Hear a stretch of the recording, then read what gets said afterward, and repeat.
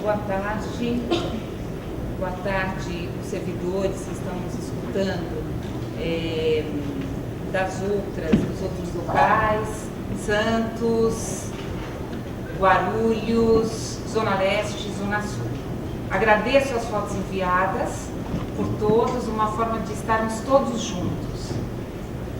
Aos queridos servidores daqui também, boa tarde, sejam bem-vindos. Mais um final de tarde, numa semana muito importante, ou esquisita também, né, que a gente pode falar, onde nós tivemos o prazo de validade da medida provisória que alterou vários pontos da lei da reforma trabalhista findar, não é, na segunda-feira, e não sabemos o que ocorrerá para adiante, se teremos um novo decreto, uma nova lei, novos projetos, né, de novas leis, portarias. Eu acredito que durante o nosso curso nós teremos algumas respostas, conseguiremos algumas respostas, e se não conseguirmos, pelo menos vários temas para que possamos refletir sobre isso, né? Sobre os temas abordados aqui. Gostaria de falar para os senhores, a semana que vem nós teremos o desembargador Antero Arantes Martins, e eu agradeço a presença desde sempre com a gente e também a gentileza de nos proporcionar com a sua cultura, a sabedoria, um mestre, um educador. Eu acho isso muito importante. E a semana que vem, então, nós falaremos, o professor Antero, o doutor Antero, falará sobre o acesso à justiça e a reforma trabalhista. Peço desculpas desde já, a semana que vem eu não estarei, mas a escola estará representada. E a escola, lembrando então, os nossos 25 anos de EJUDE, esse é um grande acontecimento para nós, né? Bom, mas para darmos continuidade, como diriam nossos queridos amigos portugueses, em continuação, não é? Hoje nós trouxemos o professor André Eduardo Dorster Araújo, que nos brindará então como tema sobre a homologação na rescisão do contrato de trabalho. Também um tema polêmico, com muitos questionamentos e com certeza, colega André, nós teremos muitas dúvidas que serão dirimidas nesses próximos minutos, nessa próxima hora e pouquinho, não é? E agradeço pela escola, em nome da escola, o aceite do convite para estar conosco. Então, passo a palavra. Em primeiro lugar, eu gostaria, assim, antes de mais nada, agradecer à Escola Judicial, doutor Ivete, doutor Adalberto Martins, pelo convite de participar do evento aqui da EJUDE. Para mim é muito importante e muito significativo estar falando hoje aqui nesse auditório, até porque foi aqui que eu fiz minha prova oral para a magistratura, então é um lugar que traz grandes recordações e é uma alegria imensa estar hoje aqui, quase 8 anos depois, podendo falar com os colegas e estar participando um pouquinho do outro lado aqui da mesa, né, que a gente ficava numa situação mais tensa ali de prova oral, uma grande alegria. Agradecer imensamente o convite, foi até inesperado de minha parte. Fico feliz com a presença de alguns colegas queridos que eu vi aqui. Agradecer a presença do doutor Antero, que foi meu colega, inclusive, no curso em Portugal. Uma grande alegria tê-lo prestigiando o evento. Muito obrigado. E a temática que me foi destinada, até desculpa se tiver... Eu não estou muito acostumado com esse tipo de microfone. A temática que me foi destinada... Você quer mexer aqui? Tá. A temática que me foi destinada, a alteração que foi realizada na legislação, ela é relativamente simples, foi bem objetiva a mudança legal, né? Não teve uma mudança com muitos meandros. A alteração legislativa foi bem objetiva, bem direta, mas com consequências bastante significativas no nosso universo trabalhista. Por sorte, o tema não teve impacto aí da MP, então não fiquei tão prejudicado no que tenho para dizer, e em que pese essa medida provisória vai trazer grandes impactos em tudo que nós temos aí da reforma trabalhista, questões de direito intertemporal, etc. A meu ver, o ponto de partida aqui da nossa discussão sobre essa homologação da rescisão do contrato de trabalho nós compreendermos qual era, né, melhor dizendo, o objetivo desta homologação à luz da legislação antiga. Qual que era o enfoque qual que era o intuito do legislador em se consignar a exigência de homologação da rescisão. O texto legal antigo, vocês conhecem bem, exigia a homologação pelo sindicato da categoria, o Ministério do Trabalho, para contratos com mais de um ano, para quitação e, inclusive, para a situação de pedido de demissão.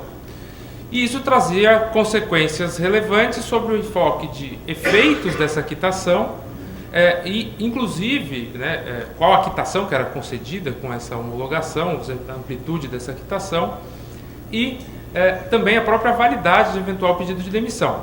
Então, o objetivo originário da lei era cercar de alguma segurança esse ato rescisório, especialmente em contratos mais longos. Inclusive considerando que no nosso universo, da nossa legislação brasileira, nós temos uma situação tanto quanto distinta de outras ordens jurídicas mais avançadas, especialmente no âmbito europeu, por exemplo, em que não há a dispensa imotivada ou sem justa causa. No nosso universo, em que é possível a dispensa sem justa causa, esse resguardo, né, quanto a alguma formalidade rescisória, ela tem um objetivo importante, que é cercar de alguma cautela essa situação de rescisão, né? Diferentemente de países, principalmente europeus, e vou pegar o exemplo português, que nós temos o princípio da segurança do emprego, em que não se pode dispensar um trabalhador sem justo motivo, sem um motivo técnico, econômico, a nossa legislação permite a dispensa à vontade, né? Em última análise, à vontade, posso dispensar sem qualquer justificativa. Então, essa exigência de alguma formalidade no ato rescisório tem uma importância, que é justamente coibir abusos, coibir fraudes, evitar que se iluda de algum modo o trabalhador. E temos que contextualizar, inclusive, que a legislação ela partia, né, de um pressuposto de hipossuficiência do trabalhador, né, numa situação de vulnerabilidade. Queiramos ou não, o nosso contexto social também é muito impactado por diferenças sociais relevantes, inclusive de formação cultural, e que, por vezes, quem milita aqui na área, quem é magistrado ou quem é servidor e atua mais próximo das audiências, os advogados sabem como acontecem situações bastante curiosas em que o trabalhador é de fato iludido por vezes no ato rescisório, né? Ele abre mão de verbas ou ele formaliza uma rescisão que não é bem aquilo que consta no papel, devolução de indenização de 40% do FGTS, todo mundo já pegou algum processo tratando sobre isso. Então, o escopo originário da lei era justamente dar algum respaldo para esse tipo de situação, já que a gente tem essa liberdade plena de dispensa. Como vocês bem sabem, a Convenção 58 da OIT, que vem na ideia de reprimir a dispensa imotivada, no nosso ordenamento brasileiro foi denunciada, então, em que falte o Supremo se manifestar sobre o assunto, a situação concreta é que a Convenção 158 não está produzindo efeitos no nosso universo brasileiro.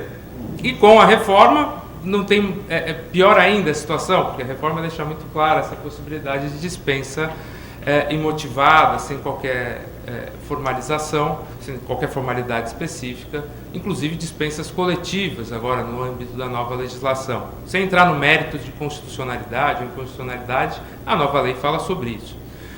Então, o objetivo da antiga CLT era esse, dar algum respaldo para evitar fraudes, evitar abusos, evitar qualquer tipo de situação congênere.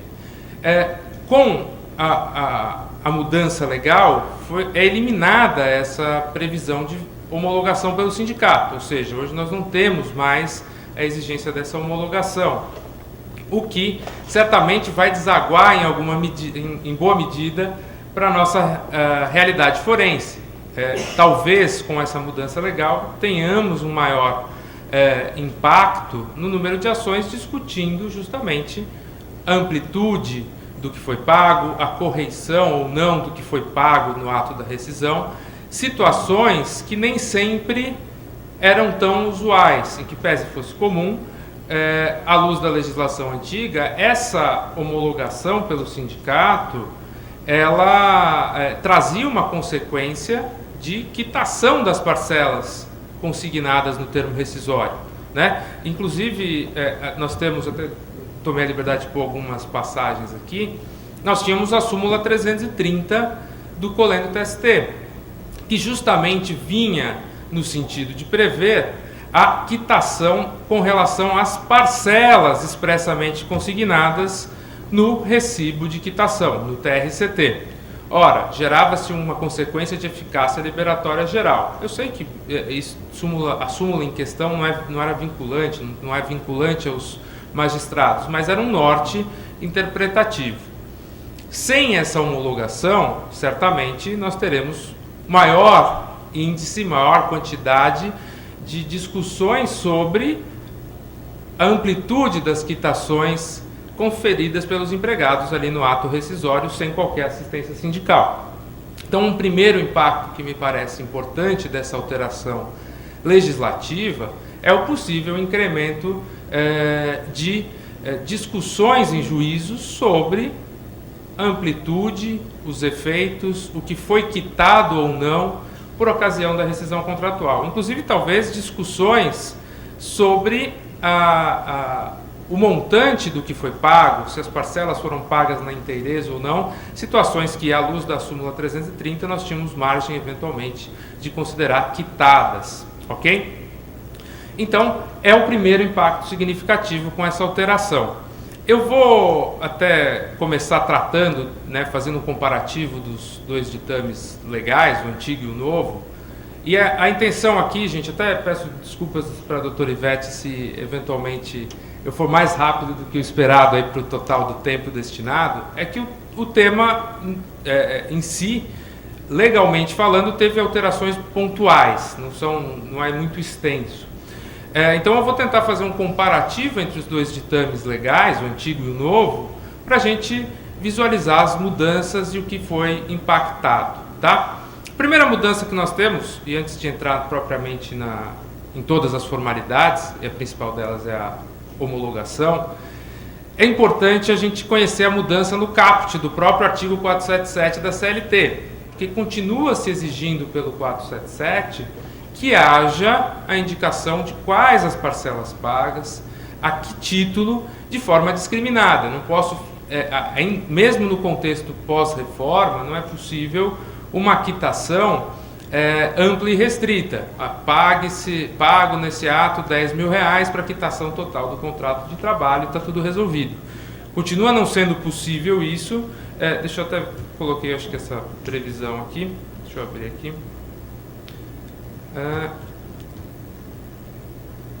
Acho que passei do ponto. Espera só um minutinho.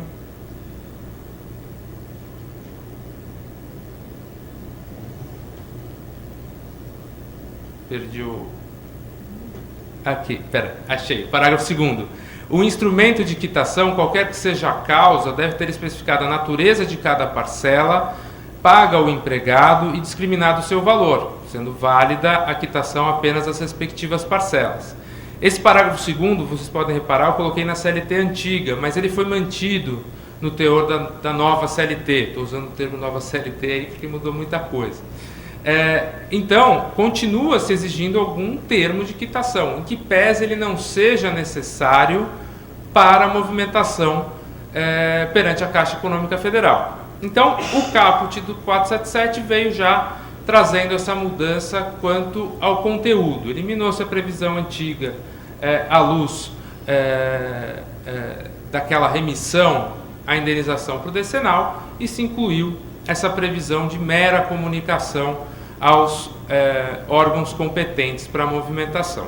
Tá? Essa é uma mudança de menor impacto no nosso dia a dia forense, é uma mudança mais procedimental para as rescisões contratuais.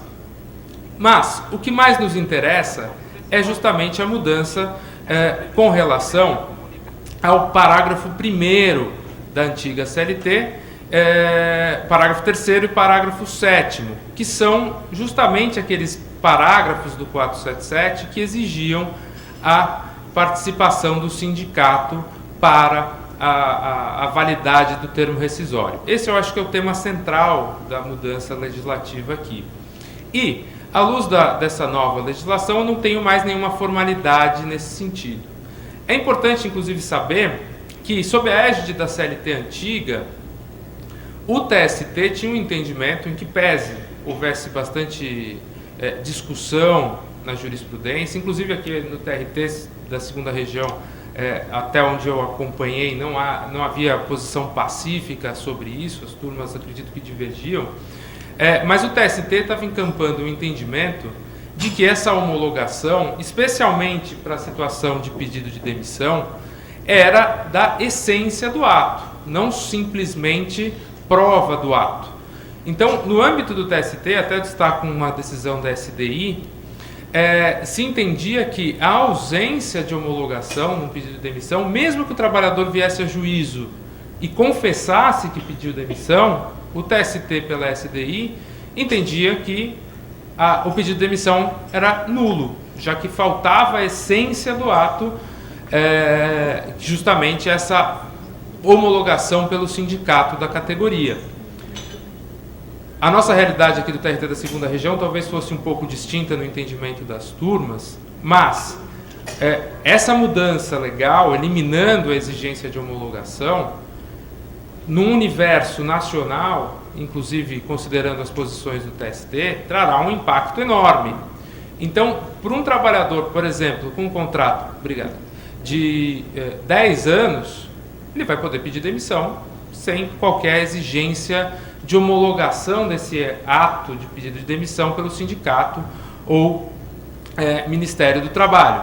Então, a grande mudança que nós teremos com essa alteração do 477 já parte dessa questão dos pedidos de demissão e a validade do teor da quitação, o conteúdo da quitação conferida por ocasião da rescisão. Então, no meu sentir, não há mais que discutir sobre validade ou invalidade, melhor dizendo, a nulidade ou não de um pedido de demissão vai necessariamente passar agora por uma análise casuística diante do que ficar demonstrado de um eventual vício de vontade, erro, dolo, coação ou situação congênere, e que a gente sabe que é muito complicado de se provar em juízo esse tipo de vício de vontade. Tá? Eliminou-se, por via de consequência, os parágrafos 3º e 7º, que eram correlacionados a essa questão da homologação pelo sindicato da categoria ou, na sua ausência, por algum dos órgãos previstos nos parágrafos 2º e 7º. Então, toda essa burocracia foi eliminada, ok? Agora, é importante ressaltar que a reforma não modificou, em outra medida, a previsão dos artigos 439 e 500 da CLT. Ou seja, os artigos 439 e 500, eles tratam de formalidade rescisória para algumas situações específicas. Então, por exemplo, no 439 se fala da rescisão do menor. Continua se exigindo pelo texto legal que, para a validade da rescisão do contrato de trabalho do menor de 18 anos, se exige a assistência dos pais para a quitação. Ora, então, para o menor de 18 anos, em que pese a mudança da CLT tem impactado na homologação do sindicato, continua se exigindo a assistência dos pais para a validade dessa quitação. Não houve mudança nesse particular, tá? Além disso, também se mantém o artigo 500 da CLT, que é um artigo também antigo do enfoque da estabilidade decenal, está aí projetado para vocês, referente à validade do pedido de demissão do decenal, que deveria ser feito com assistência do sindicato ou Ministério do Trabalho. Eu sei que o decenal não se aplica mais no nosso dia a dia, não há mais essa figura do decenal.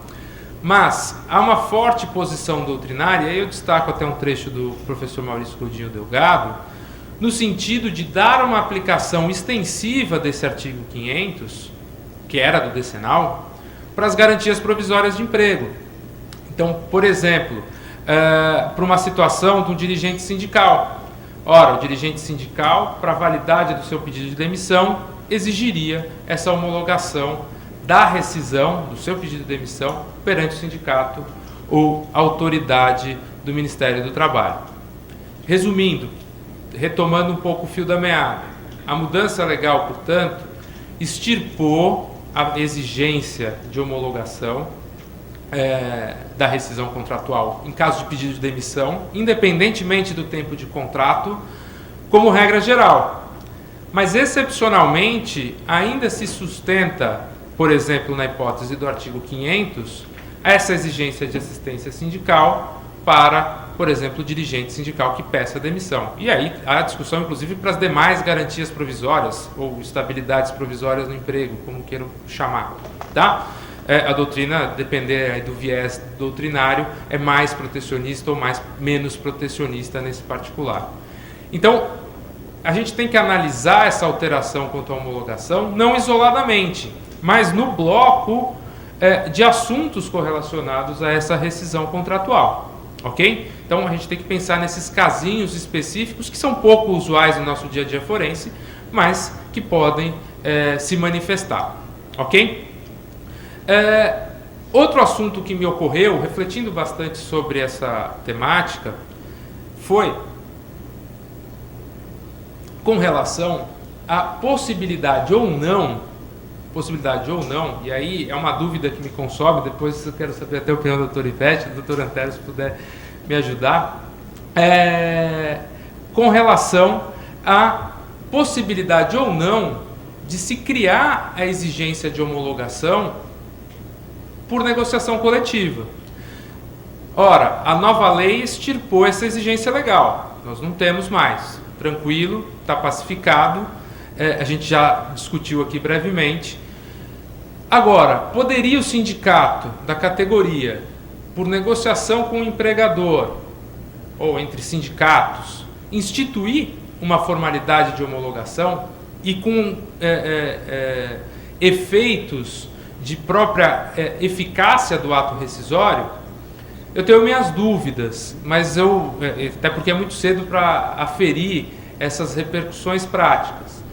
Pessoalmente, me parece, analisando os artigos 611-A e 611-B, que eu não transcrevi na íntegra, são artigos novos aí da reforma quanto à validade de negociação coletiva, o que é permitido e o que é defeso para a negociação coletiva, que talvez seja possível sim, se em sede de negociação se estipular essa exigência de formalidade, de uma formalidade rescisória, como uma homologação do sindicato, me parece possível, já que essa hipótese não é defesa, não é vedada pela nova legislação, no artigo 611-B, que traz um rol de assuntos absolutamente vedados, isso não está ali nesse rol, nenhuma vedação nesse sentido, e, a meu ver, eu poderia entender que é possível à luz do 611-A, que só para contextualizar, não sei se todos estão a par,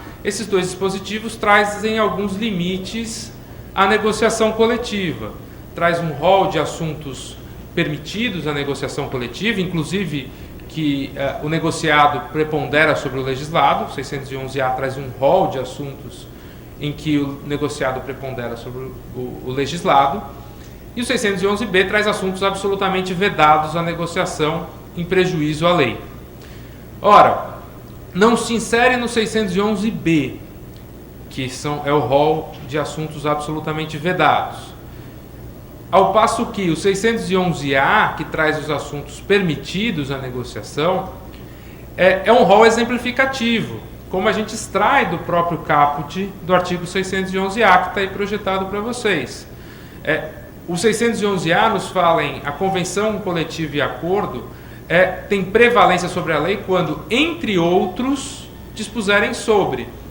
Ora, o rol ali do 611-A ele não é exaustivo. Eu poderia, por meio de negociação, instituir uma formalidade como a homologação. Inclusive, o 611-A, dentre as hipóteses, trata sobre regulamento empresarial.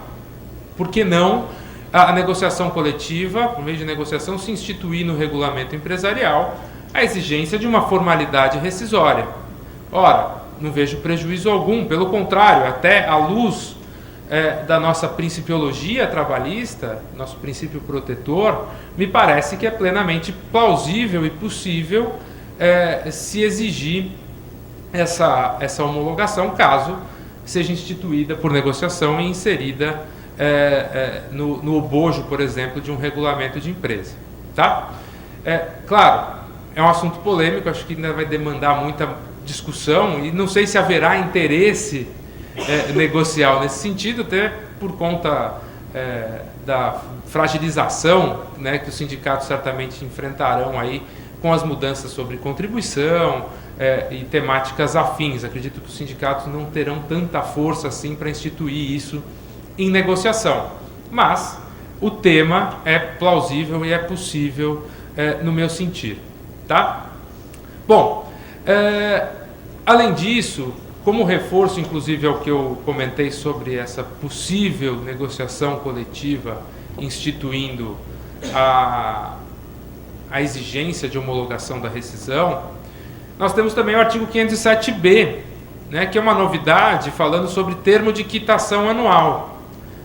O meu tema da aula não tem nada a ver com esse termo de quitação anual, nem pretendo falar sobre ele aqui porque é muito polêmico.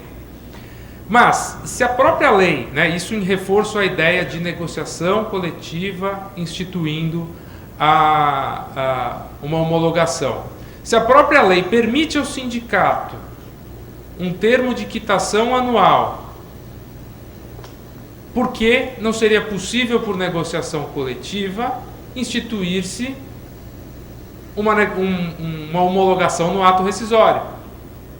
E aí definindo, um grande problema definindo o alcance dessa quitação, né? Se seria total, parcial, qual a dimensão dessa quitação no âmbito da negociação coletiva. Então, se a própria nova lei permite esse termo de quitação anual, que dirá não poderia a negociação coletiva instituir uma homologação, uma formalidade rescisória qualquer no ato da rescisão contratual, tá? Então, me parece que é sim possível se instituir alguma questão nesse sentido por negociação coletiva. Beleza? Bom, quanto às demais temáticas aqui da nossa formalidade rescisória, o que é importante nós termos em mente? A nova legislação, ela trouxe alterações quanto à forma de pagamento, já que foi eliminada a formalidade da homologação. O novo texto legal nos trouxe alteração quanto ao pagamento. À luz da CLT antiga, esse pagamento seria no ato da homologação. Afinal, exigia-se essa homologação perante o sindicato. Em dinheiro ou cheque visado. A nova sistemática eliminou a homologação e nos trouxe a possibilidade de pagamento em dinheiro, depósito bancário, ou seja, trouxe uma nova possibilidade de pagamento, mas consentânea também com a nossa realidade atual. Faz todo sentido incluir a hipótese de depósito bancário, até porque é a modalidade aí até mais segura documentalmente para demonstrar um pagamento, ou cheque visado, conforme acordem as partes. O grande problema aqui é a manutenção dessa possibilidade de pagamento em dinheiro. Ora, eu eliminei a formalidade rescisória. Vamos voltar ao nosso contexto de vulnerabilidade. Vamos voltar aos nossos exemplos e o nosso cotidiano forense para quem milita ali mais na linha de frente na Justiça do Trabalho. é muito usual ter discussões sobre assinar e não receber, analfabetismo funcional. Quantos não só sabem desenhar o próprio nome e não sabem nem ler e escrever? Ou seja, a ausência dessa homologação, ela traz alguns riscos sérios para um determinado nicho dos trabalhadores. Mas foi mantida a possibilidade de pagamento em dinheiro. Então, no meu sentir, a nós que estamos militando aí na linha de frente da Justiça do Trabalho, julgando os processos, assessorando nos julgamentos, é importante ter um cuidado especial na análise desse tipo de pagamento com um mero recibinho assinado, né? Qual a real intenção por trás daquele recibo? Qual a manifestação de vontade de fato ocorreu? Não há um vício de vontade, não há uma situação de analfabetismo funcional, por exemplo. Então, a meu ver, para nós, operadores do direito, vai ser muito importante uma cautela extra nesta avaliação desse tipo de rescisão paga em dinheiro, que foi mantida. Ok? Sendo certo ainda, que é importante ter em mente, quanto a essa questão do depósito bancário, perquirir se o depósito bancário se deu efetivamente em dinheiro, ou se foi, por exemplo, como é muitas vezes comum, depósito em caixa eletrônico com cheque. Porque essa discussão sobre o depósito em dinheiro ou no caixa eletrônico por cheque pode nos trazer consequências na discussão sobre o respeito ao prazo de pagamento. A nova CLT, no 477, manteve prazo de pagamento das verbas rescisórias, 10 dias. Daqui a pouco a gente fala sobre ele. Ora, um depósito em caixa eletrônico, um cheque, tem o prazo de compensação bancária. Será que estará dentro do prazo de quitação das rescisórias? Então é mais um problema que nós temos que avaliar nessa temática do depósito bancário, antes não tratada, e que a lei não entrou no pormenor.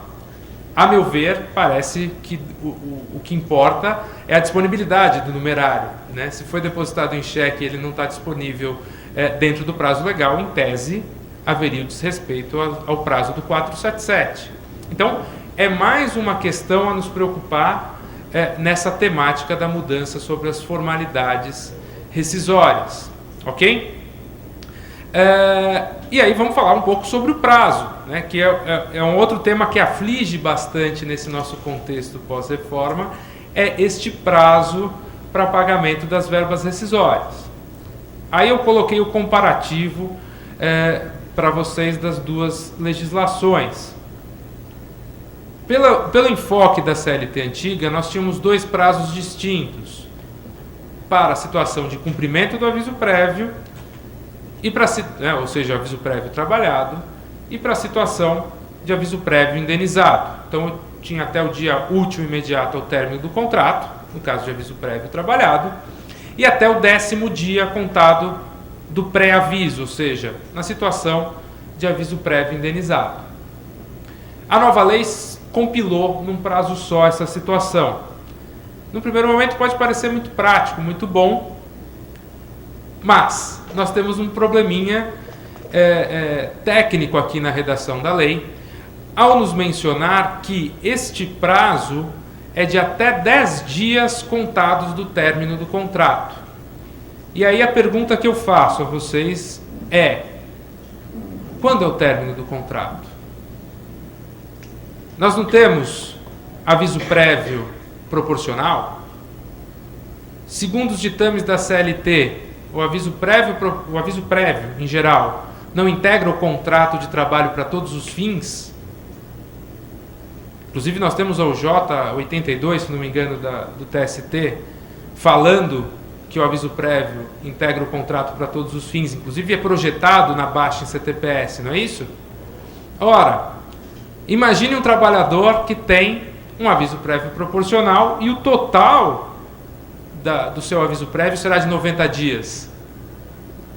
Com essa dicção legal, o prazo é de 10 dias após esses 90, porque aqui se fala em término do contrato, ou seja, ele vai receber as rescisórias daqui a 100 dias, parece que não faz sentido, não é? A técnica legislativa, infelizmente, foi ruim na redação, como foi apresentada. Me parece que a nós aqui, aplicadores do direito, seja importante dar uma interpretação teleológica ao texto legal. Qual que é o objetivo do prazo para pagamento das rescisórias? Não é justamente forçar o pagamento, o quanto antes? Verba rescisória é alimentar. No contexto mais radical, né, no contexto mais difícil para o trabalhador, quando ele não tem nenhum meio de subsistência, foi dispensado, por exemplo, ele precisa receber as rescisórias o quanto antes. Então, me parece que a interpretação que deva ser adotada aqui, com todo respeito a eventuais opiniões em contrário, é no sentido de considerar esse prazo de 10 dias do término da prestação de serviços, ou seja, da cessação do trabalho, e não da projeção de eventual aviso prévio. Do contrário, a gente vai ter uma interpretação nada lógica do sistema e que, além de violar a própria principiologia trabalhista, como o princípio da proteção, acaba gerando uma interpretação um tanto quanto esdrúxula da lei, em que eu possibilito que o trabalhador com mais tempo de casa seja aquele que tem que esperar mais para receber as rescisórias. Ou seja, o tempo de serviço ele é prejudicial ao trabalhador, ao invés de trazer qualquer benefício. Tá? Então, pela nova sistemática, acabou essa divisão entre prazo para aviso prévio cumprido ou aviso prévio indenizado, consolidou-se um prazo único de 10 dias, que, me parece, deve ser contado da cessação da prestação de serviços. Ok? Então, ou se considera a cessação da prestação de serviços, e aqui até faço um parênteses, já li alguns posicionamentos da ainda incipiente doutrina, né, que tem pouco material sobre o assunto, inclusive com profundidade, ainda é tudo muito recente para todos nós, defendendo que seria sempre do pré-aviso, independente de quando termina a prestação de serviços. Então nós temos aí até uma variável. Me parece que seja a cessação do trabalho. Eu pessoalmente sinto que seria efetiva a cessação do contrato com a cessação do trabalho. Mas aí teremos ainda provavelmente duas posições ou mais discutindo esse assunto. Tá? Peço desculpas até por não conseguir trazer posições seguras em muitos dos assuntos que a gente vai falando aqui. É tudo muito novo. Ninguém está muito seguro do que vai acontecer, nem os juízes, nem os advogados, nem os servidores, nem os ministros, acho que nem o legislador está seguro do que ele quis dizer. Então, a ideia aqui é mais fazer um bate-papo e puxar os problemas para a gente refletir. Todos nós refletindo sobre o assunto é que podemos contribuir para alguma conclusão mais sólida, né? Todas as cabeças aí voltadas para a temática pode dar mais solidez a nosso deslinde do assunto. Tá?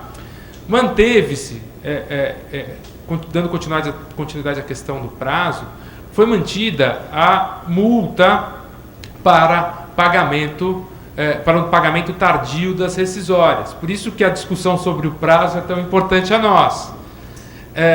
Ora, o não pagamento no prazo legal dos 10 dias continua dando ensejo a famosa multa do 477, ou seja, a multa equivalente ao salário do trabalhador. Então, se não for pago no prazo de 10 dias, a multa manteve-se na íntegra, continua sendo devida. Tá? Então, o importante é a gente divisar qual será esse prazo. Se eu fosse advogado de empresa, ou se eu fosse de RH de empresa, eu teria uma interpretação a mais cautelosa possível. Pagaria nos 10 dias do pré-aviso, para evitar qualquer discussão. Né? Mas vamos ver o que os tribunais, o que o tribunal aqui da segunda região vai entender, o que o TST entenderá a longo prazo sobre esse prazo para pagamento das verbas rescisórias. Tá? Como eu já adiantei, foi mantida a previsão de... Deixa eu até voltar aqui. Foi mantida a previsão sobre a exigência o parágrafo 2º do 477, da especificação das verbas. Então, continua se exigindo no ato rescisório ali, mesmo no recibinho, que a gente falou que agora não precisa da homologação, continua se exigindo a indicação expressa de cada parcela, sob pena de se considerar não quitadas as verbas. Quitação geral não vai ser possível, como nunca foi. Graças a Deus, nesse particular não tivemos alterações. E, inclusive, também se manteve... Cadê aqui? Deixa eu voltar. Também se manteve a restrição do parágrafo 5 do 477, antigo, quanto às compensações no ato rescisório. Isso também não foi alterado. Ou seja, para compensação de qualquer valor no pagamento das rescisórias, há o limite máximo de 1 mês de remuneração do empregado. Isso continua igual, ok? Não teve nenhum impacto significativo. Certo? O que eu tenho de impressão com essa mudança do 477, em geral? Né? Agora que a gente já viu toda a alteração, inclusive aqui, até antes de eu dar o passo seguinte, complementar, o 477 trouxe também um parágrafo 9º, que é um parágrafo novo, que é o parágrafo 10, tratando aquilo que eu comentei ao começo sobre a mera baixa em CTPS ser suficiente para a movimentação da conta vinculada e requerimento de seguro-desemprego. Então, é só um complemento ao que a gente discutiu sobre o caput do 477. Mas o que eu tenho de impressão sobre essa alteração? Acredito que talvez ela traga algumas consequências, fundamentalmente, no número de demandas, como eu adiantei logo no começo da explanação, e talvez também nos traga consequências e impacto num eventual uso indevido da figura da nova modalidade de jurisdição voluntária, a homologação de acordo extrajudicial. Um receio que eu tenho e compartilho com os colegas, como a figura é nova, se não será utilizado indevidamente esse novo modelo aí da jurisdição voluntária, desse acordo extrajudicial, como um mecanismo para suprir a ausência dessa antiga homologação. Será que muitas empresas não ficarão inseguras e não passarão a se valer desse expediente para ter uma chancela judicial? Esse é um receio que me aflige e que eu gostaria de compartilhar com vocês. Me parece que será importante sermos cautelosos na análise desse tema da homologação do acordo extrajudicial, para que, em última análise, o Poder Judiciário não se torne um homologador de rescisões. A míngua do sindicato existindo, fazendo esse papel, e com o receio, às vezes, das empresas em se exporem desnecessariamente extrajudicialmente, será que essa figura não vai acabar assumindo um papel indevido e transformando o Poder Judiciário num homologador de rescisão contratual? Por isso, eu acho importante sermos cautelosos no uso dessa nova ferramenta no dia a dia forense, inclusive com relação aos efeitos desse tipo de acordo extrajudicial com relação à quitação de verbas. De forma muito prudente, os Sejusques, aqui da 2ª região, eu conversei até com alguns colegas do Sejusque, se reuniram, debateram o assunto e estabeleceram algumas diretrizes, não vinculantes, é verdade, mas para a atuação deles, eles estabeleceram algumas diretrizes quanto ao uso do Sejusque, e os efeitos, as exigências que estão sendo feitas no Sejusque para esse tipo de acordo extrajudicial e os efeitos dessas conciliações perante o Sejusque. Inclusive eu coloquei aqui no slide para vocês algumas, não estão todas, tá? Eu coloquei o link para quem quiser, inclusive, eu não sei se a Ejude vai deixar disponível os slides, não tem nada demais, é só texto de lei, mas é mais por conta do link da notícia do Sejusque sobre o assunto, saiu no site do TRT, não está em normativo, tá? Isso saiu numa notícia do próprio site do TRT sobre algumas recomendações que o Sejusc está fazendo para a análise desses acordos extrajudiciais no âmbito dessa jurisdição voluntária nova. Então, por exemplo, os juízes podem deferir as petições iniciais, está se exigindo o pagamento antecipado de custas para evitar problemas de execução, já que o Sejusc não executa, ele não tem alçada para execução. A necessidade ou não de audiência fica uma faculdade do Sejusc, o âmbito de quitação, né, o tipo de parcelas que estão sendo ali pactuadas. Não é vinculativo e é uma figura nova, mas me parece que é importante a gente ter em mente essas cautelas e refletir sobre as cautelas que estão sendo propostas pelo próprio Sejusc, os nossos colegas aqui da segunda região, para evitar justamente que não nos tornemos, pelo Sejusc ou pelas próprias varas do trabalho, homologadores de rescisão contratual, assumindo um papel que era do sindicato e que agora não exerce mais. Tá? No link que eu coloquei no slide, nós temos todas as recomendações do Sejusc. Aqui eu destaquei apenas algumas orientações, ali, algumas previsões mais impactantes. Tá? E essas orientações vêm justamente porque o texto da nossa nova CLT ele é bastante lacônico com relação a como se dá esse procedimento novo aí do acordo extrajudicial. Então, ele não trata com grandes pormenores sobre essa temática de custas, efeito de quitação, enfim, não entra em tantos pormenores que o Sejusc traz algumas recomendações. Ok? Além disso, me parece também que, em virtude dessa alteração, talvez acabe virando válvula de escape para essa questão de homologação e quitação, a situação de arbitragem para esses trabalhadores especiais aí da nossa nova legislação, que ficaram aí nominados como hipersuficientes, né? Mais do que 2 vezes o valor do teto de benefício da Previdência, dá cerca de R$11 mil. Talvez com essa ausência de homologação do sindicato acabe ocorrendo uma corrida aí, um fomento ao uso dessa arbitragem para esses trabalhadores com um pouco mais de poder aquisitivo.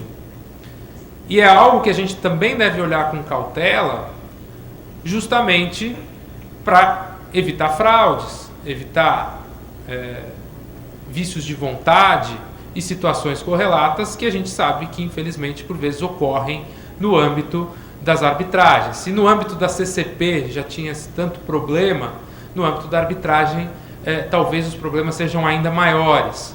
Então, esse impacto na mudança sobre a homologação de rescisão também talvez nos traga impacto nessa situação de arbitragem, em que não se precisa mais da homologação do sindicato para rescisão, é um trabalhador hipersuficiente, bom, vamos à arbitragem e vamos suprir aquela chancela do sindicato, vamos ter uma chancela maior ainda, muito melhor, que é um termo ali de quitação no âmbito arbitral, quem sabe elimine discussões no judiciário. Então, a meu ver, todos nós temos que ser cautelosos na análise desse tipo de situação fática agora, já que abre-se uma grande margem para possíveis usos indevidos dessa arbitragem. Tá? Para finalizar, e aí mais uma vez pedindo desculpas pelo acelerado, às vezes falo meio rápido mesmo, eu fiz uma última consideração aqui a vocês quanto à mudança sobre essas questões rescisórias traz impactos não só no âmbito individual. A nova legislação, no 477A da CLT, possibilita, inclusive, dispensas imotivadas plurimas, coletivas. Também não vou entrar no mérito sobre constitucionalidade ou não, até porque me falta, acho que até cabedal jurídico para falar sobre esse assunto. Mas já vi que houve decisões, inclusive entendendo pela inconstitucionalidade desse dispositivo, inclusive em algumas decisões de alguns regionais, revertendo aí algumas demissões em massa. Se não me engano, o TST derrubou essas decisões, pelo que pouco que acompanhei no noticiário. Mas essa mudança legal possibilita, ela elimina qualquer formalidade, inclusive para rescisões coletivas. Ou seja, mesmo para uma dispensa em massa, eu não preciso da participação do sindicato, o que é algo muito perigoso. Então, mais uma vez, a nossa cautela na análise das formalidades rescisórias, das intenções ali manifestadas, do que foi quitado ou não, do que foi reconhecido como pago ou não no termo de quitação, vai ter que ser redobrado, já que eu não exijo formalidade nenhuma. É importante até a gente fazer alguma consideração sobre como a reforma, em alguns aspectos, veio no sentido de claro combate, clara afronta, digamos assim, a posicionamentos do TST. Né? A questão da dispensa coletiva, ela não tinha previsão legal específica, verdade. A antiga CLT não trazia qualquer vedação à dispensa coletiva expressamente. Não tinha formalidade nem nada do gênero. Mas em especial no âmbito no caso específico da Embraer, que foi o paradigmático nesse particular, na 15ª região, se entendeu que havia necessidade de prévio ajuste de vontades e prévia negociação com o sindicato, a fim de possibilitar uma dispensa em massa, uma dispensa coletiva. E a gente bem sabe que os motivos dessa decisão do TRT da 15ª região, e que foi mantida em alguma medida pelo TST, o TST fez alguns ajustes, mas delimitou a necessidade dessa prévia negociação, dessa prévia conversa coletiva, ela tem toda a razão de ser. Ora, uma dispensa em massa, ela impacta um universo enorme de trabalhadores. É muito diferente a dispensa de 2, 3 empregados de uma empresa em São Paulo e a dispensa de 3 mil empregados, 5 mil empregados numa cidade que tem 20 mil habitantes. Que a economia local gira em torno daquela empresa, daquele empreendimento econômico. Ora, em virtude disso, o TST encampou esse entendimento numa análise constitucional do assunto. Não é sem motivo que se chegou a esse entendimento, inclusive com base nas próprias convenções da OIT que trazem restrições à dispensa em massa. De direito comparado também traz restrições à dispensa em massa, o direito português, mais uma vez, né, nos traz essa restrição, é necessária a negociação prévia para a dispensa em massa. Ora, nós estávamos acompanhando o que havia de mais moderno e mais protetivo para a sociedade, evitando até problemas econômicos. Uma dispensa em massa ela prejudica, por vezes, toda uma economia local, não é um problema só de direito do trabalho, é um problema econômico. A nova lei eliminou essa previsão, então, no contexto atual, seguindo literalmente o texto de lei, mesmo para as dispensas em massa, eu não exijo qualquer formalidade rescisória, tampouco homologação com o sindicato, negociação coletiva prévia, discussão em mesa redonda, ou o que quer que seja. Claro, esse 477A é passível de discussão sobre constitucionalidade. Já adiantei, prefiro não me aprofundar muito, mas uma das discussões é justamente à luz do artigo 5º da Constituição Federal, propriedade e sua função social, valor social do trabalho como um dos pilares da República, a livre iniciativa que mitigada pela função social do trabalho e a busca do pleno emprego, no artigo 170, fundamentos A. Temos que acompanhar qual será o deslinde dos próximos capítulos sobre esse assunto e caberá a todos nós aqui como aplicadores adotarmos um entendimento e seguirmos um caminho. Aí vai depender do posicionamento fundamentalmente dos tribunais. Mas o que é importante saber, e aí voltando mais para o enfoque das cautelas, é que nós temos que agora no dia a dia forense ser mais cautelosos com essa temática da formalidade rescisória como um todo. Agradeço, peço desculpas por ter sido rápido demais e espero ter contribuído um pouquinho e não necessariamente trazido soluções, mas sim despertado perguntas, que eu acho que é isso que vai fazer a diferença nesse nosso contexto pós-reforma. Obrigado.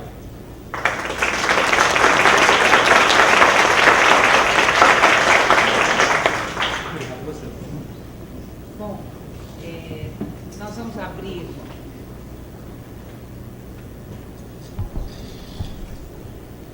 Nós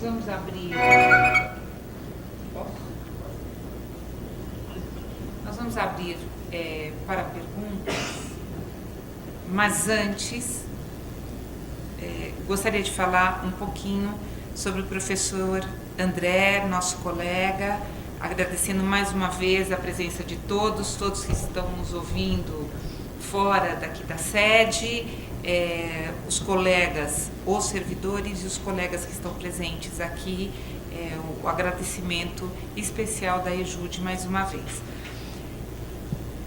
Eu fiz uma coisa horrorosa no começo, porque eu não falei sobre o colega. Imagina. Então, o professor André, ele é nosso juiz aqui, com muito orgulho, e a citação que você fez aqui, e eu tomo a liberdade de chamá-lo de você, que estar aqui, nessa mesa, aqui atrás, numa outra posição, ela é emocionante. Todos os nossos colegas têm falado isso, não é? E para nós também é muito emocionante ouvir isso, porque quem acompanha os exames orais e tudo mais sabe da aflição, não é? A torcida do outro lado, as pessoas que estão às costas, não é? Dos candidatos e a torcida de todo mundo. Então, isso é muito emocionante para a gente ouvir também. Nós temos, como eu falei a semana passada, nós temos candidatos que estão nesse concurso nacional, que estão prestes a fazer o exame oral. E aqui na sala, inclusive. Né? Então, isso é muito importante. Bom, o professor André, ele é juiz do trabalho, aqui na primeira instância, pós-graduado em Direito do Trabalho pela Universidade de Lisboa, pós-graduado em Direito e Processo de Trabalho pela Universidade Presbiteriana Mackenzie. Então é uma honra, mais uma vez, tê-lo aqui na nossa casa e com a EJUDE, né, numa colaboração com a EJUDE. Obrigado. Eu sei e eu espero que tenhamos algumas questões, não é? Porque foram vários os temas, várias reflexões que foram colocadas aqui. Então, está aberto para pergunta. Eu, para variar, tenho sempre uma questão. O senhor falou do processo, você falou do curso de Portugal, colegas aqui fizeram também. Eu lembro que na primeira aula o professor perguntou, era uma aula inaugural, e ele perguntou se alguém tinha pergunta, uma sala de colegas, estudantes, e ali eu estava como estudante, portugueses, todo mundo quieto, e veio lá a mãozinha de uma brasileira, não é? Que era eu, e dali para frente eu sempre tinha questão, né? Sempre tinha dúvidas, tenho sempre muitas dúvidas. Bom, primeiro, você falou que não entrou em maiores detalhes,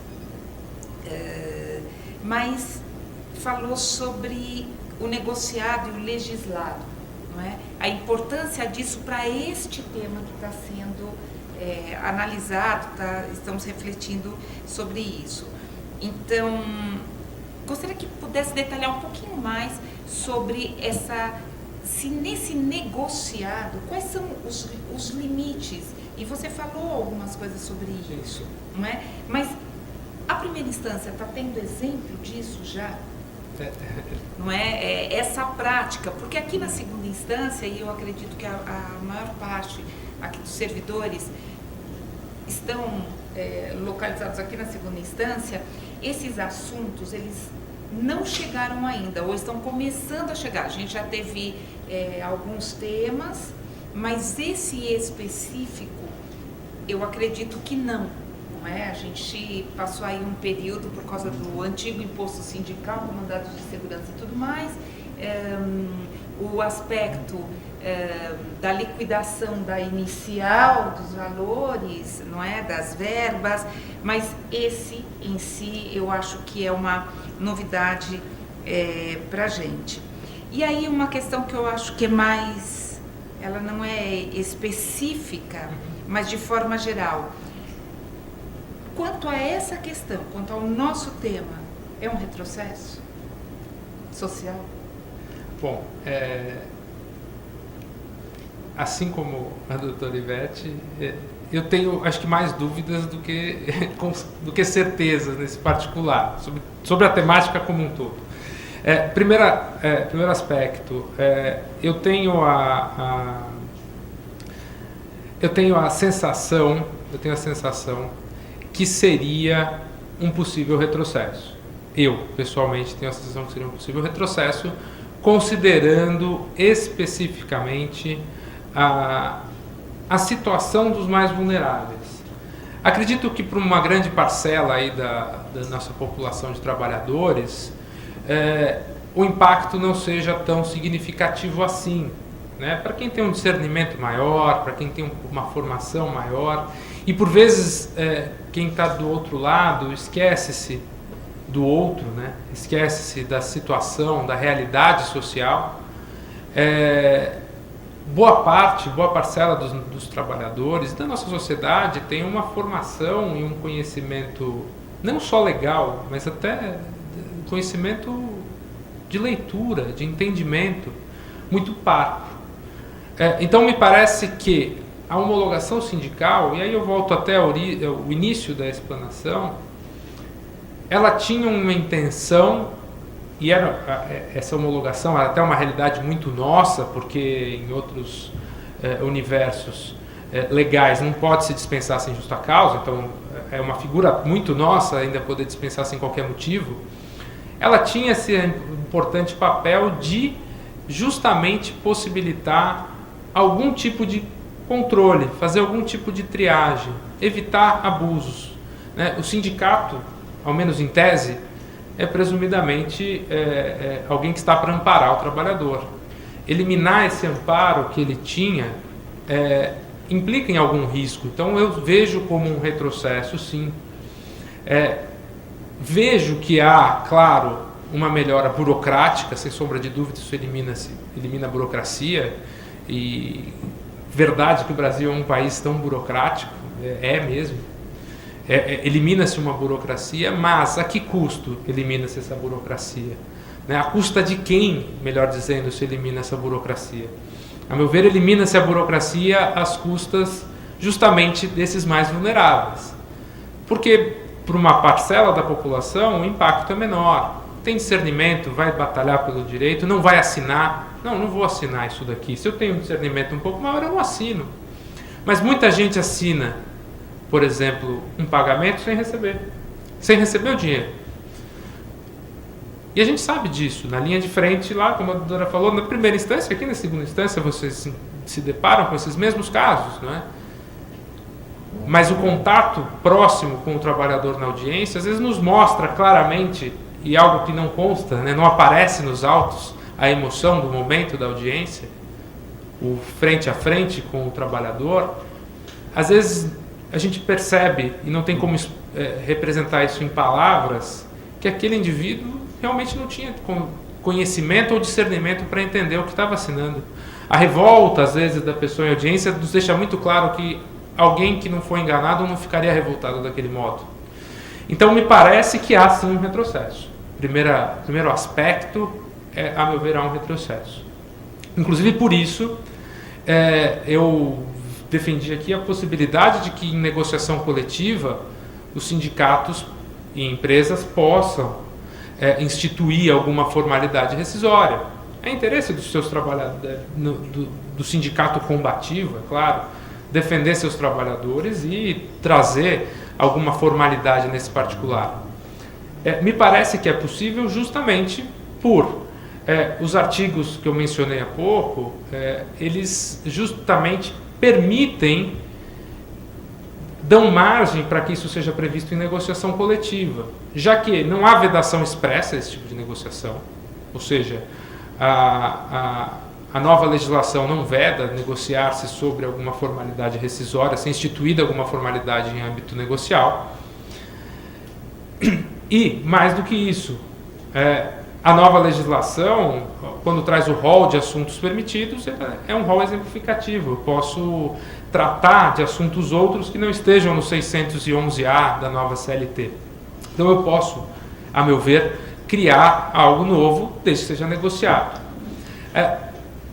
A mudança no negociado frente ao legislado, pela nova sistemática, ela foi bastante emblemática, né? No nosso sistema anterior, nós não tínhamos uma baliza legal expressa sobre os limites do negociado frente ao legislado. Os nossos critérios, definidos pela doutrina e jurisprudência, sempre foram numa linha de respeito a patamares mínimos civilizatórios, respeito a cláusulas de direitos sociais fundamentais. Então, por exemplo, os ditames da Constituição, que são absolutos ali em direitos sociais, direitos trabalhistas, eu não poderia modificar, e sempre a análise se houve ou não negociação coletiva, se não foi mera renúncia, né? Se houve contrapartidas. A mudança aqui foi emblemática ao, primeiro, instituir a previsão de um rol de assuntos, que antes nós não tínhamos, agora nós temos um rol de assuntos que podem ou não ser negociados, inclusive preponderando sobre a lei. Então é uma mudança de paradigma muito significativa, boa e ruim em vários aspectos. Boa porque pelo menos o 611B nos deixa claro assuntos que não pode mexer de jeito nenhum, e isso é bom. Mas ruim porque em assuntos do artigo 611A permite negociações prejudiciais. Então nós temos essa mudança de paradigma quanto aos temas que agora estão inseridos ali, que a gente tem uma análise temática. Também há um impacto na previsão da nova CLT quanto à possibilidade, melhor dizendo, quanto à desnecessidade de que haja contrapartidas recíprocas, está expresso no novo texto, ou seja, não importa se há contrapartida recíproca ou não, para piorar a condição de um trabalhador, o que é muito ruim, né? Ou seja, tira-se, ao menos em tese, do Poder Judiciário a possibilidade de analisar se houve mera renúncia ou transação. Então, os limites agora são mais restritos. Eu acredito que a posição dos tribunais não será tão restritiva quanto o texto legal. A meu ver, mas aí é uma opinião minha, a previsão da nova CLT quanto ao fato de que o Poder Judiciário só pode analisar os requisitos de uma negociação coletiva sob o enfoque de aspectos essenciais de um negócio jurídico, remetendo ao Código Civil, né, agente capaz, objeto lícito, etc., me parece que um texto legal dizendo isso não tem força para impedir a análise do conteúdo de uma norma jurídica. Do contrário, eu estou esvaziando uma função estatal, uma função do Poder Judiciário, que, dentre o rol de garantias fundamentais, é a inafastabilidade da jurisdição. O Judiciário pode, sim, a meu ver, é inerente à sua atribuição, nos termos do texto constitucional, analisar, inclusive, conteúdo de normas coletivas. Não faz sentido, senão eu estaria afastando, impedindo o acesso pleno ao Judiciário. Então, acredito que seria nesses termos aí. Peço desculpa se não esclareci, se confundi. Não, pode. Alguma pergunta?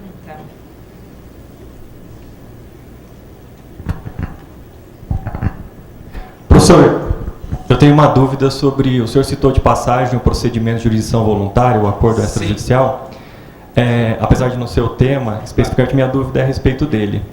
Como a CLT previu o procedimento de rescisão por comum acordo, é um procedimento mais barato para o empregador, se ele não vai ser mais utilizado do que a dispensa imotivada, o empregado não vai ter muita opção, ele vai ter que assinar, né? Se o acordo não vai ser, às vezes, utilizado na Justiça do Trabalho mais com a finalidade de ter acesso ao seguro-desemprego, que ele não tem nessa modalidade, e para talvez sacar o restante do fundo de garantia, os 20% restantes. Ótima pergunta. Desculpa, qual é o seu nome? É Chael. Chael? Prazer, Chael. A meu ver, a ideia da mudança quanto à rescisão por acordo entre as partes, ela foi salutar, né? Como era o contexto anterior? Eu tinha duas situações extremas, inclusive isso nos impactava no volume de ações discutindo nulidade de pedido de demissão. Verdade seja dita, um grande percentual das ações discutindo nulidade do pedido de demissão tinha como objetivo, claro, se percebia isso claramente em audiência, inclusive em acordo, que era muito comum se resolver por acordo, levantar o seguro-desemprego e levantar os 40% do FGTS, os depósitos do FGTS. Então, isso fomentava uma litigiosidade inexistente, porque o trabalhador tinha duas opções. Ou ele era mandado embora e recebia tudo, praticamente tudo, ou ele pedia demissão e abria mão de muitas parcelas importantes. Então, a ideia, eu senti, aí eu vi com bons olhos esse aspecto da reforma, a ideia dessa mudança me parece que é reduzir essa distância, esses dois extremos, com uma solução intermediária, em que eu posso, há 20% do FGTS de indenização, levanta-se 80% do saldo da conta vinculada, mas não faz jus ao seguro-desemprego, nem poderia, porque senão eu teria uma inconstitucionalidade, não há desemprego involuntário, é voluntário, né? Eu tive a iniciativa de aderir a um acordo. Manifestei minha vontade num acordo. De todo modo, eu acho, friamente falando, que essa ferramenta, essa possibilidade dessa ruptura por comum acordo, ela não vai reverberar tanto quanto esperado, justamente por conta do seguro-desemprego. O trabalhador continua não tendo acesso ao seguro-desemprego e isso acaba tornando não interessante para um grande universo de trabalhadores fazer esse acordo extrajudicial. Além disso, quando você me questiona sobre será que essa transação não vai ter mais, não vai reverberar mais no cotidiano do que a jurisdição voluntária, eu acho que não, pelo seguinte, mas isso vai depender muito de como nós, judiciário, vamos encarar essa rescisão via jurisdição voluntária. Se, via jurisdição voluntária, o empregador conseguir uma quitação mais ampla, por exemplo, de verbas, certamente a procura por essa ferramenta vai ser muito maior. Na condição de empregador, se colocando do lado como se fosse um empregador, o que é mais interessante? Fazer um acordo para rescisão recíproca, pago 20% do FGTS. Isso está passível de questionamento no judiciário, porque não dá efeito de quitação total nem nada do gênero. Eu tenho um risco potencial grande.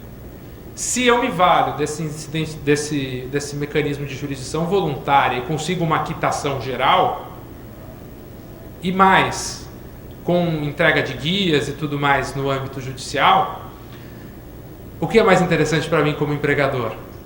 Ir ao judiciário, porque eu consigo quitação total, eu evito riscos, o custo é baixo, não é alto, porque 2% de custas não é um custo alto.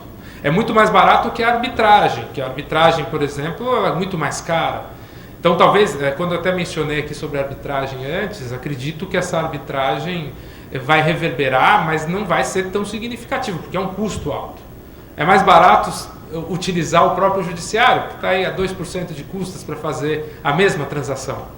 Então, por isso que eu mencionei a vocês que há a necessidade de uma especial cautela de como vamos enfrentar essa jurisdição voluntária e quais os efeitos da quitação dada num acordo nessa jurisdição voluntária. Porque, do contrário, nós vamos virar a válvula de escape para dar segurança jurídica a relações privadas. Todo mundo vai se valer da jurisdição voluntária e ficar tranquilo. Não que não o fizessem, né? Lide simulada não falta. Não que já não fosse feito, né? A famosa casadinha sempre existiu, né? Só que agora eu tenho um procedimento próprio. Então tudo vai depender de como nós vamos ser rigorosos ou não, criteriosos ou não nesse novo mecanismo. Eu acho que é basicamente isso. Imagina. Mais alguém? Todo mundo quer ir embora o quanto antes, já que eu fui rápido, né?